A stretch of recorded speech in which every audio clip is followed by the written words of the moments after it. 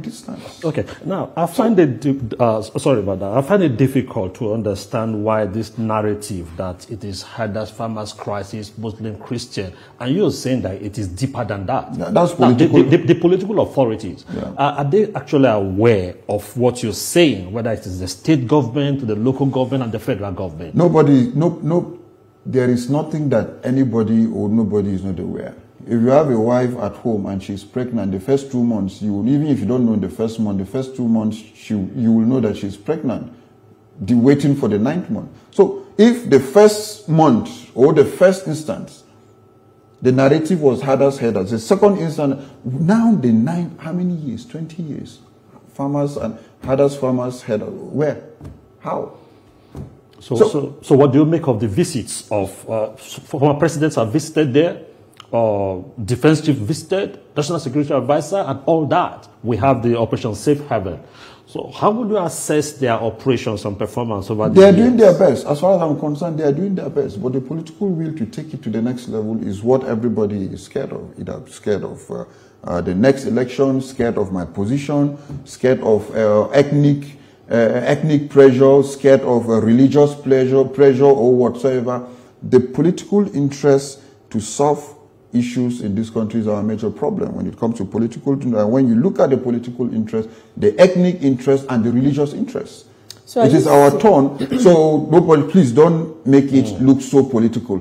It is he is from our own religious ethnic background. Don't touch him. He is we have had many arrests, but today nobody is in jail because of what? He's from our ethnic group. He's from our religious background. So you're indirectly saying that politicians exploit this absolutely for political... absolutely, because the political will to stand firm on some certain issues. We appreciate the visit of the NSA. We appreciate the visit of the security chiefs and whatsoever. But the actual and the right information to be able to address the issue is the problem. Why is it that when you spend money to send your child to school, pay school fees, but when at the first term you now see that he has deficiency in maths and you still spend extra money to get a lesson teacher?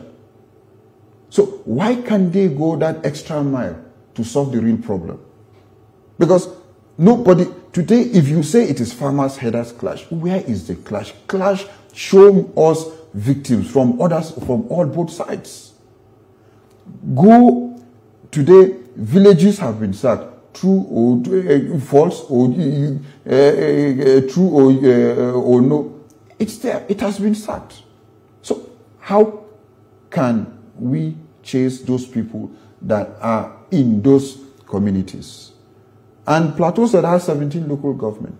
And if you want to go further to check, even out of those 17 local government, most of the local government, starting from Rio, Barkin Ladi, Jos South, now Baggos from Mangu, all these places, you have high deposit of mineral resources. I've said it. So why can't we go Wase? Okay, Wase, that it's Muslim dominated area. Why is it that there are killings there? Is it farmers and herders? There's high mining activities going on today, now, in Wase local government. So why is it that there is no crisis in Pangshin? Why is it that there is no crisis in some of those areas that you don't have those kind of high mining activity, that you don't have high mineral resources? So we shouldn't allow Nigeria to be Central Republic of Africa that today every aspect has militias and mercenaries trying to protect their own community. God forbid that today most of these communities will start springing up militias like in the Niger Delta many years ago. So there will be an anarchy.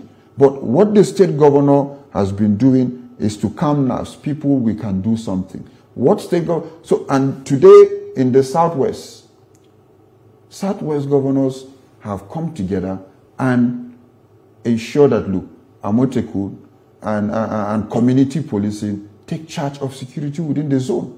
So what is the North Central governors? What are they doing? Why can't they come together to have something like we have in Amotekun? Today we have Operation Rainbow in Plateau State. trying to do what they can do. But we need more than that, because most of these marauders, they come from one border check to another. So every zone needs to take charge of security. So it is very paramount and important that all the state governors should leave politics aside. In the North Central today, only Plateau State is PDP, and the remaining zones are APC. I want to see all the North Central state governors coming together to proffer solution across party lines, across religious lines, across ethnic lines. Because you have these killings on the Plateau, you have these killings in Benue State, you have these killings in Niger State. So it is not the issue of because it's Plateau or a Christian-dominated area, or because the Birom don't like Fulani, or Fulani don't like this one. Muslims have been killed by these same terrorists on the Plateau. Churches and mosques have been burned. So why can't we look at the deeper narratives?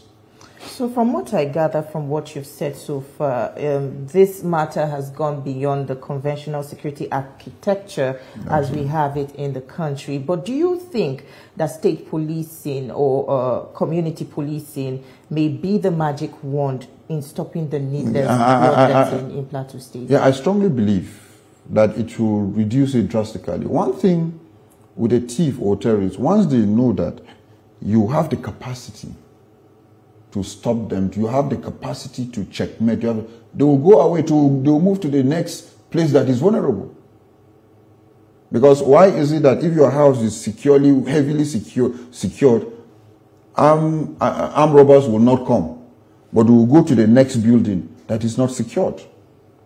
So I strongly believe that state police will, because by the word state police, it means that all the security architecture in that state will be indigenous.